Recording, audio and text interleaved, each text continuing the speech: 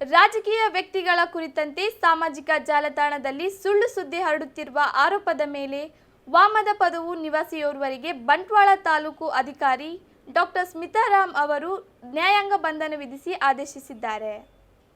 ಈತ ಸೋಷಿಯಲ್ ಮೀಡಿಯಾದಲ್ಲಿ ಕಳೆದ ಹಲವು ದಿನಗಳಿಂದ ಸುಳ್ಳು ಸುದ್ದಿಗಳನ್ನು ಪೋಸ್ಟ್ ಮಾಡುತ್ತಿದ್ದ. ಈ ವಿಚಾರಕ್ಕೆ ಸಂಬಂಧಿಸಿದಂತೆ ಈಗಾಗಲೇ ಪುಂಜಾಲಕಟ್ಟೆ ಪೊಲೀಸರು ಕಳೆದ ಫೆಬ್ರವರಿ ತಿಂಗಳಿನಲ್ಲಿ ಈತನ ಮೇಲೆ ತಹಶೀಲ್ದಾರ್ ಅವರಿಗೆ PAR ವರದಿಯೊಂದನ್ನು ಸಲ್ಲಿಸಿದ್ದರು.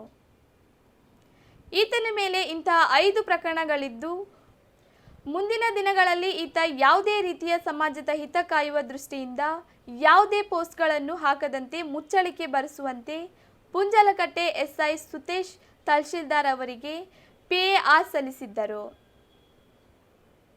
ಆ ಬಳಿಕವೂ ಈತ ತನ್ನ ಚಾಳಿಯನ್ನು ಮುಂದುವರಿಸಿದ್ದಲ್ಲದೆ ತಾಲೂಕು ದಂಡಾಧಿಕಾರಿ ಕೋರ್ಟಿನಲ್ಲಿ ಪ್ರಕರಣವೊಂದರ ತನಿಖೆ ಹಂತದಲ್ಲಿರುವಾಗಲೇ ಈತ ಮತ್ತೊಂದು ಸುಳ್ಳು ಸುದ್ದಿಯನ್ನು ಸಾಮಾಜಿಕ ಜಾಲತಾಣದಲ್ಲಿ ಪೋಸ್ಟ್ ಮಾಡಿದ್ದಾನೆ ಎಂಬ ದೂರಿನ ಹಿನ್ನೆಲೆಯಲ್ಲಿ ತಾಲೂಕು ದಂಡಾಧಿಕಾರಿಯವರ ಮುಂದೆ ಮುಚ್ಚಳಿಕೆ ನೀಡುವಂತೆ ಸೂಚಿಸಲಾಗಿತ್ತು.